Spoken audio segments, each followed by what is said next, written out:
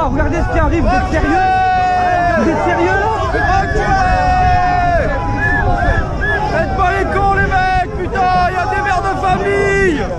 Putain, on est comme vous. Laissez nous passer. Y'a pas d'armes. Y'a pas d'armes. Y'a pas de violence. Laissez-nous passer. Laissez passer. Les mains en l'air les mecs, les mains en l'air. Laissez passer.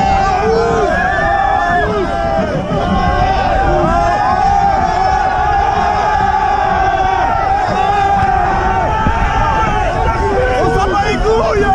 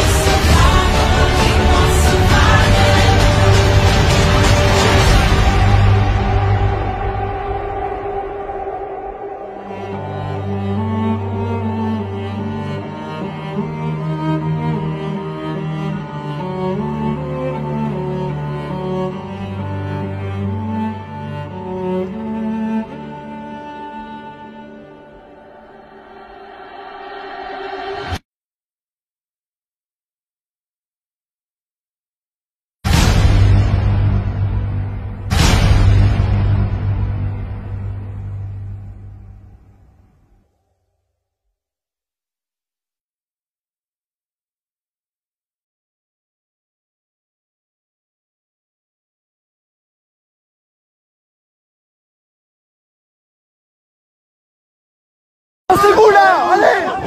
On vous laisse tranquille.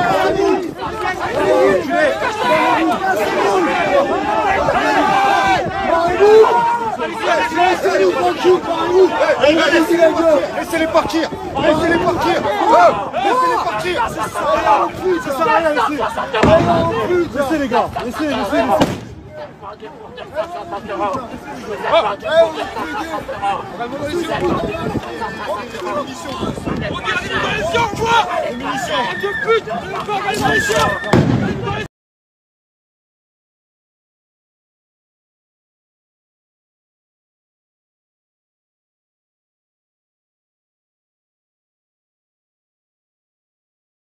C'est bon. Je peux montrer votre visage, hein? Oui, bien sûr. Vous êtes en train d'avoir un contrôle d'identité là? Non, oui, en même temps. Là. Vous voyez, ils sont avec. La police est avec nous, on se fait pas de soucis. Bon, donc vous êtes une journaliste? Voilà, je suis journaliste, je dirige la version française du New Yorker, Jim le Pariseur. D'accord. Je suis depuis 3 samedis de suite sur les manifs. Et vous voyez le casque que j'ai là pour mon scooter, je suis obligée de le porter pour aller courir les manifs avec des lunettes de ski. J'ai fait des conflits de guerre, j'ai jamais dû être équipée comme ça.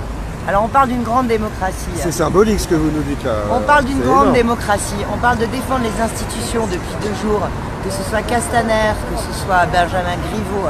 Mais les institutions, avant de les défendre, il faut les respecter. Et quand on parle au nom de la France, on a des devoirs. Les devoirs, par exemple, c'est quand il y a des bavures policières, et David Dufresne, le journaliste, en est au 238e signalement à la place Beauvau depuis 1 mois, sans aucune réponse du ministère de la Police, enfin de la police, oui, maintenant c'est le ministère de la Police, c'est pas de l'Intérieur, c'est juste de la police. Et il n'y a eu aucun retour du ministère de l'Intérieur sur toutes les bavures qui ont été commises. Alors il y avait 2 boxeurs ce week-end. Il y en avait un, il est en garde à vue et il risque 7 ans de prison. Il y en a un autre, il a eu la Légion d'honneur et il a eu pour l'instant un signalement administratif auprès des GPN, même pas pénal. Le 2 poids 2 mesures. Alors on se demande jusqu'à quand il va falloir des vidéos et jusqu'à quand LCI, BF Merde TV, parce que tout mon confrère, on l'appelle comme ça, jusqu'à quand BF Merde TV, LCI, CNews que j'ai vu samedi en train de filmer une petite poubelle pour essayer de montrer que la rive gauche était en train de brûler. TF1, ça c'est même pas la peine, de toute façon on sait qu'ils sont pourris depuis longtemps, mais même le service public, France Inter, Nicolas Lemorand, la matinale qui hurle avec les loups depuis le départ, Sophia Aram qui le 24 décembre a fait une chronique absolument écœurante qui s'appelait Gilets jaunes magiques, où elle était en train de dire que vous étiez homophobe, que vous étiez raciste, que vous étiez antisémite, et qu'avec un gilet jaune on pouvait tout se permettre. Quand ça va s'arrêter? Parce que nous les journalistes, moi j'ai 22 ans de journaliste derrière moi, j'ai une carte de presse et j'ai honte de mes confrères, j'ai honte de ce que j'appelle la grande manipulation, ce que j'ai mis sur mon site internet qui s'appelle Jim le Pariseur, là je me fais de la pub. Allez-y, allez-y. Ça s'appelle la grande manipulation, parce qu'aujourd'hui on n'informe plus, on fait de la fabrique d'information. Et non, on fait pas de la fabrique, pardon, d'opinion, voilà. C'est tout à fait ça. Ah, merci beaucoup madame pour votre témoignage, super important.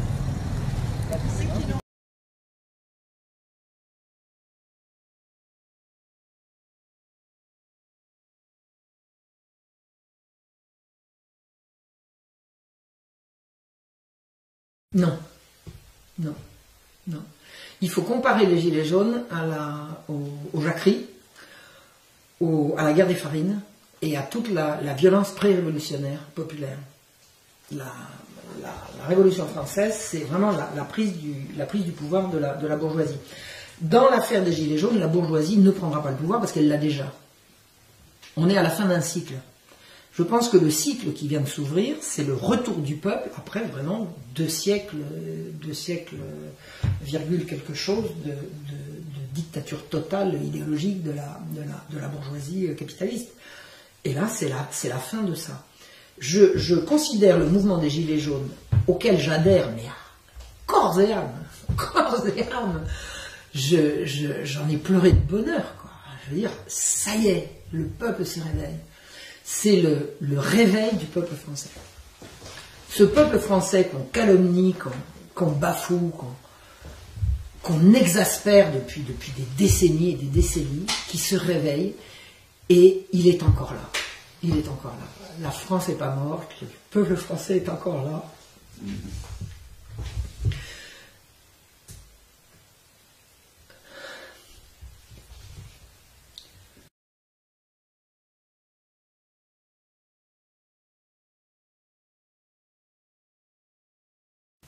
Tout est possible. Tout est possible. Sauf que les gens rentrent chez eux en disant « Pardon, on s'est trompé ». Non, ça c'est pas possible. Ça c'est pas possible. Il y a un foisonnement d'intelligence, de prise de conscience. C'est extraordinaire ce qui se passe. Alors je dis pas qu'on va gagner, hein, je n'ai pas dit ça. Je dis la conscience collective est en train de progresser avec, de faire un saut qualitatif tel qu'il n'y aura pas de retour en arrière possible. C'est de la prise de conscience collective. C'est extraordinaire. C'est historique. Je pense que dans l'histoire de France, jamais la France n'est tombée aussi bas. On atteint le fond, là. On atteint le fond. Et c'est l'autre face de la même pièce. C'est le peuple français qui se réveille. Il dormait. Il dormait. On le croyait anesthésié, on a cru qu'on l'avait mis dans la marmite à feu suffisamment d'eau pour qu'il ne sente pas que... Hein. Eh ben non, il est là, il s'est réveillé. Et c'est magnifique.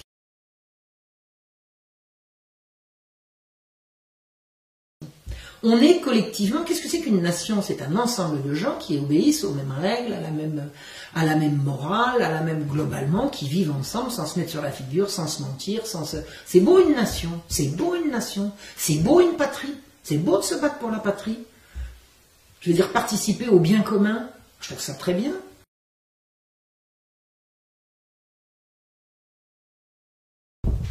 Je pense que ça peut être une étape intéressante.